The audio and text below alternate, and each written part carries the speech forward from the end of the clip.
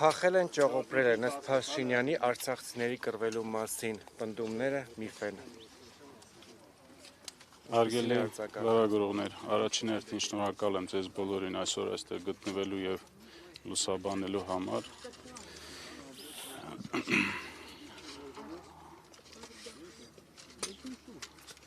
Նախ կուզեի անդրադառնալ օրվա խորհրդին, մինչև կներեք ձեր հարցին պատասխանելը 2016 թվականի ապրիլի 2-ին հայտնի քարորյա պատերազմն տեղի ունեցել, հերթական ադրբեջանական ագրեսիան, որի ընթացքում ունեցել են կորուստներ, զոհեր, որոնց հիշատակը այսօր այցելելով Եռաբլուր մենք հարգեցինք։ Ինչ վերաբերում է ձեր հարցին, ճիշտն ասած բազմաթիվ անգամ առիթ եմ ունեցել նման զառանցանքներին պատասխանելու, ես առաջին հերթին կոչ կանեի մեր հասարակությանը, մեր զոհված նվիրյալների հարազատներին, այն անձանց, ովքեր ներդրում ունեն արցախյան գոյամարտի մեջ, չտրվել նման սադրանքների, որովհետև նման խոսույթները ունեն մեկ նպատակ՝ պառակտել եւ սերմանել մեր հասարակության մեջ անհանդուրժականություն իրար նկատմամբ, որը գլոբալ մեծ ծրագրի մի մասն է կազմում։ Ես ճիշտն ասած չէի ուզենա նման հարցերի անդրադառնալ, բայց հակիրճ կանդրադառնամ, ինչ վերաբերում է փախեցին, ճողոպրեցին, ուզում եմ նման խոսույթ տարածող անձանց հիշեցնել, որ ինձ թվում է խոսքը վերաբերում է վերջի ժամանակահատվածում այդ մետրոյում հայտնի Մետրոյում եւ դրանից հետո կառավարության ճեպազրույցում հայտարարեց այդ մասին Նիկոլ Փաշինյանը։ Այո, փախածների հետ կապված իշխանությունների նկատի ունեն, ոչ թե ժողովրդին։ Ուրեմն, եթե դա վերաբերում է 2020 թվականի ռազմական գործողությունների պատերազմին, ուզում եմ հիշեցնել նման խոսույթ իրականացնող անձանց, որ իրենք են եղել քաղաքական եւ դիվանագիտական առաջնագծում եւ հենց իրենց գործողությունների շնորհիվ է, որ այսօր արցախցիները հայտնվել են նման իրավիճակում եւ հայ ժողովուրդը կորցրել է Արցախը եւ օկուպացված է այսօր Հայաստանի Հանրապետության զգալի տարածքներ, Ադրբեջանը զգալի տարածքներ թե ամբողջությամբ Հայաստանի մասին է խոսքը եւ այսօր Ադրբեջանը ներկայացնում է պահանջներ, որը Հայաստանի իշխանությունները ստիպված կատարում են։ Եվ մնացած գնահատականը ես թողում եմ մեր հասարակությանը։ Արցախ վերադարձի մասին խոսելիս ասում եք դա պատերազմ է Պաշտոնը, դուք Արցախ վերադարձ տեսնում եք եւ այդ արցախի պատասխանը։ Մենք միշտ ասել ենք, որ Հայաստանի անվտանգությունը մեր համար առաջնահերթություն է։ Իհարկե մենք այսօր հասկանում ենք նաեւ Հայաստանի Հանրապետության իրավիճակը, այն գործընթացները, որոնք տեղի են ունենում եւ մենք փորձում ենք ամեն ինչ անել, որպեսզի վնաս չհասցնենք Հայաստանի անվտանգությանը, այդ թվում նաեւ ինչ որ ռազմական գործողությունների վերսկսման առիթ չդառնանք։ Բայց մենք բարձրաձայնում ենք միջազգային իրավունքով նախատեսված մեր իրավունքները եւ փորձում ենք տարբեր հարթակներում մեր հետ վերադարձի իրավունքը պահել օրակարգում, որը դա նաեւ միջազգային իրավունքի հարց է։ Պարոն Շարամանյան, Փաշինյանը նախորդ կառավարության նիստին ասում էր, որ Ղարաբաղի հետ կապված ցանկացած որոշում կայացնելիս ես խորհրդակցել եմ իշխանությունների հետ, բացառությամբ այս վերջին որոշման, որովհետև ներկա այդ ժամանակ գործող իշխանությունները ասել են ինքնուրույն են որոշել այդ որոշումը կայացնել։ Դուք կհիշեք այդ ընթացքում Փաշինյանի հետ ինչ խոսակցություն եք ունեցել եք, թե չեք ունեցել եւ ասել եք, որ Հայաստանը դրա հետ կապ ունի, թե չունի, որովհետև նա այդպես էր ասում։ Ուրեմն թե Արցախի հանրապետության իշխանությունները, թե Հայաստանի հանրապետության իշխանությունները իրար հետ համագործակցել են ցանկացած պարագայում ցանկացած ժամանակահատվածում, դա կլինի խաղաղ պայմաններում, թե ռազմական գործողությունների պայմաններում։ Հայաստանի Հանրապետությունը Արցախի երաշխավորն է, այդ թվում անվտանգության երաշխավորն է առաջին հերթին, եւ բոլոր հարցերը քննարկում եւ համաձայնեցնում են Հայաստանի իշխանությունների հետ։ Այդ թվում 2023 թվականին։ Ես ասացի բոլոր։ Դուք իր հետ խոսել եք անձամբ Այո։ Շահրամանյան։ Այո։ Բայց Արցախի վերջնական հանձնումը պայմանավորում են ձեր ստորագրությամբ, ասում են իշխանափոխություն եղավ, այստեղ որոշ ուժեր տոնում էին տեղի ունեցած իշխանափոխությունը եւ ասում են, որ դուք եք ստորագրել եւ Արցախը հանձնել եք։ Շնորհակալ եմ հարցի համար, առիթ է անդրադառնալ, երևի ճիշտ չենք արել, որ մինչև հիմա չենք անդրադարձել, ինչ վերաբերում է իշխանազավթմանը, իշխանափոխությանը Արցախի Հանրապետությունում։ Դուք տեղյակ եք, որ մինչև բռնի տեղահանումը վերջի մոտ 9-10 ամիսների Արցախի Հանրապետության ժողովուրդը գտնվում էր բլոկադայի մեջ եւ արդեն հունիսի 15-ից հայտնի դրոշի հետ կապված միջադեպի Հակարիի կամուրջում մենք հայտնվել ենք լիակատար շրջափակման եւ պաշարման մեջ։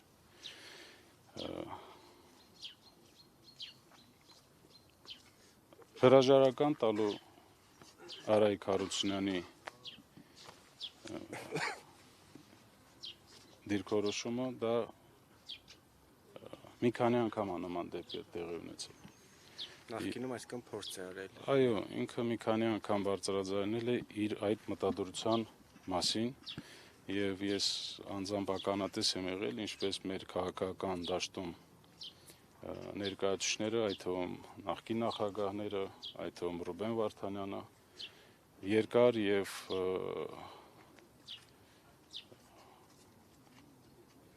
փորձում էին համոզել, որ չգնա նման քայլի, որովհետև դա այդ ժամանակահատվածում երևի ճիշտ չէր։ Այսինքն բոլոր փորձերը բլոկադայի ժամանակ են եղել։ Այո, բոլոր փորձերը վերջի ամիսների ընթացքում են եղել։ Եվ վերջի անգամ, որ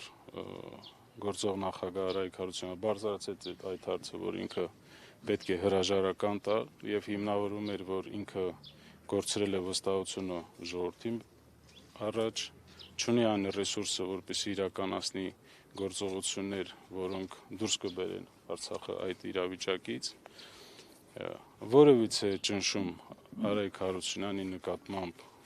քաղաքական գործիչների, էքս-նախագահների, Ռուբեն Վարդանյանի կողմից ես չեմ տեսել եւ վերջի ամիսներին, ինչպես ես նշեցի, Արայիկ Հարությունյանը զբաղված էր նաեւ թեկնածուների որոնման հարցով։ Առնվազն 5-6 հոգու հետ ինքը քննարկել է նման հարցեր եւ քանի որ Արցախի սահմանադրության փոփոխությունից հետո պետք է ազգային ժողովը ընտրեր նախագահ, դա այդ նախագահան չէր լինի դասական նախագահ, ինքը պետք է զբաղեցներ այդ պաշտոնը մինչև ժողովրդական ընտրություններով ընտրված նախագահի լիազորությունների ավարտը։ Այդ նախագահան պետք է շարունակել այն ծրագրերը, որոնք հաստատել են գործող կառավարությունը։ Այսօր Հայաստանի իշխանությունները եւ իրենց մերձավոր շրջապատը խոսում է իշխանության զավթման մասին, իշխանության, չգիտեմ, երևի նկատի ունի բռնի կամ ճնշումների տակ փոփոխության մասին, դա ընդհանրապես իրականության հետ ոչ մի առնչություն չունի։ Արայիկ Հարությունյանը փորձում էր այնպիսի թեկնածու գտնել, որը նաեւ ազգային ժողովում կստանար բավականին քվեներ ընտրվելու համար։ Իսկ դրա համար անհրաժեշտ էր 5 քաղաքական ուժերից առնվազն 4-ի համաձայնությունը։ Դուք գիտեք, որ Արցախի ազգային ժողովում ամենամեծ քաղաքական ուժը դա Արայիկ Հարությունյանի ստեղծած Ազատ հայրենիք կուսակցությունն էր, որը միաձայն միացել է, այո, սատարել է իր որոշմանը Այսօր խոսում են, որ Դաշնակցությունը իշխանություն է զավթել։ Ուզում եմ ձեզ տեղեկացնել, որ Դավիթ Իշխանյանը, որպես Դաշնակցության ներկայացուցիչ, որ զբաղեցրել է եւ նշանակվել է, ընտրվել է ազգային ժողովի նախագահ, ընտրվել է անձամբ Արայիկ Հարությունյանի ներկայացմամբ Պարոն եւ Շարամանյան, խնդրանքով։ տեսեք, Նիկոլ Փաշինյանն ասում է, եթե այս ընտրություններում ինքը չհաղթի, իր ղեկավարած ուժը պատերազմ կլինի եւ նաեւ ընտրություններին դուք ում եք սատարում։ Ես որևիցե դիրքորոշում չեմ ուզում հայտնել, այս բայ դա Հայաստանի քաղաքացիների որոշման տիրույթում է։ Բոլոր քաղաքական ուժերը ներկայացնում են իրենց ծրագրերը, այդ թվում Արցախի ժողովրդի հետ կապված, Արցախի հետագա ճակատագրի հետ կապված եւ պետք է Հայաստանի քաղաքացիները ընտրեն, թե ինչ ճանապարհով են շարունակելու շարժվել։ Եվ ըստ դրան նաև մենք էլ մեր դիրքորոշումը կհայտնենք։ Շարամանյան երեք Փաշինյանը Պուտինի հետ հանդիպման ժամանակ ասաց, որ իրենք Ղարաբաղը Ադրբեջանի կազմում են ճանաչել Ռուսաստանի Դաշնության հայտարարություններից հետո, ու նաև այս մեղադրանքների ֆոնին Փաշինյանը նախկիններին էր մեղադրում Արցախի հանձնման համար, ձեզ էին մեղադրում, ի վերջո հիմա ով է մեղավորով է հանձնել Արցախը։ Ես ասեցի, որ մենք այս իրավիճակում հայտնվել ենք 2020 թվականի աղետալի պատերազմից հետո 23 թվականի տեղի ունեցածը դա 2020 թվականի պատերազմի հետևանքներն են։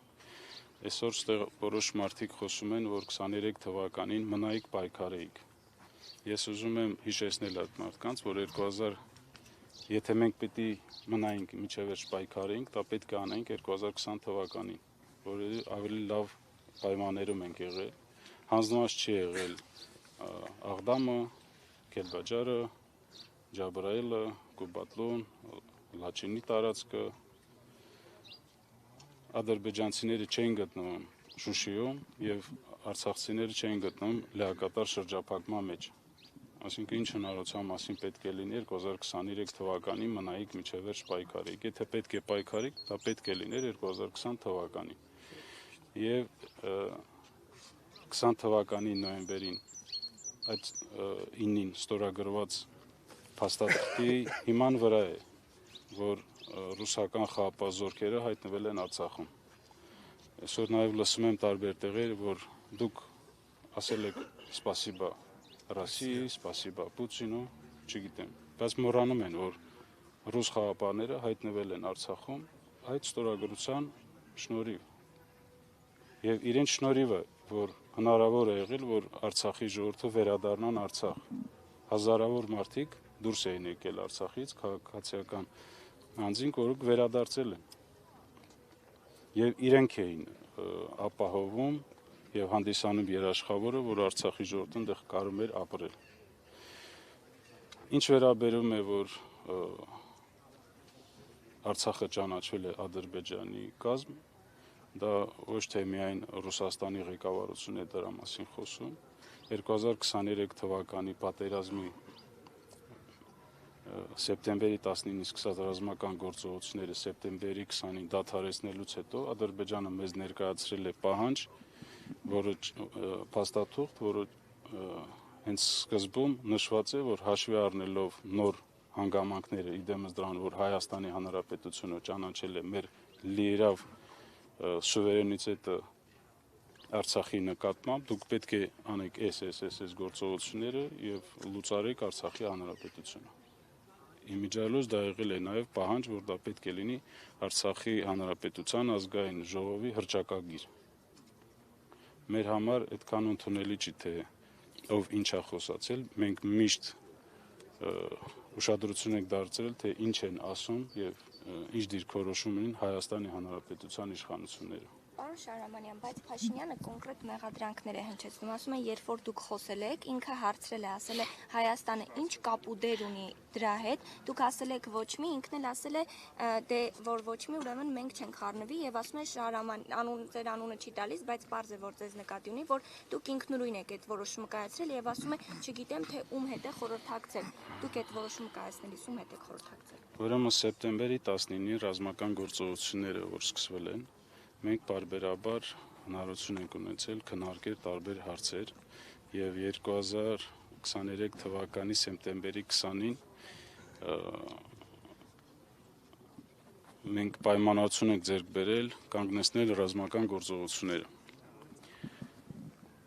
Դրա մասին եղել է բանավոր հայտարարություն ռուսական խաղապահ զորքերի, ադրբեջանական կողմի եւ արցախյան կողմի։ Այդ փաստաթուղթը կա համացանցում, կարող եք ծանոթանալ, եւ ադրբեջանական կողմի պահանջներից մեկը եղել է այն, որ այդ փաստաթղթում ներառված լինի, որ դուրս են բերում Հայաստանի Հանրապետության զինված ուժերի մնացորդները, քանի որ 2020 թվականի նոյեմբերի 9-ի փաստաթղթով նախատեսված էր, որ զինված ուժերը Հայաստանի Հանրապետության պետք է դուրս գան Արցախից։ Ճիշտն ասած, մեր համար անընդունելի է եղել այդ ձևակերպումը եւ մենք փորձել ենք նաեւ ադրբեջանական կողմի հետ, ռուսական կողմի հետ բանակցությունների ընթացքում փոխել եւ մենք նաեւ այդ փոխված տարբերակներն էլ ենք ուղարկել Հայաստանի Հանրապետության իշխանություններին, որպեսզի իրենք իրենց դիրքորոշումը հայտնեն, բայց քանի որ ռազմական գործողությունների դադարեցման պահանջներից մեկը նաեւ ադրբեջանական կողմից եղել է այն, որ այդ փաստաթղթում տեղ գտնի այդ ձևակերպումը, ես անձամբ խոսել եմ Նիկոլ Փաշինյանի հետ եւ ինքը ինձ հարցրել է դուք ստորագրում եք այդ փաստաթուղթը, ես ասել եմ, որ ոչ, դա բանավոր հայտարարություն է, ինքը ասեց, որ հաջորդ օրը ինքը կհայտարարի, որ Հայաստանի Հանրապետությունը այդտեղ զինված ուժեր չունի, ինչը արել է եւ հաջորդ օրը նման հայտարարություն տեղի է ունեցել։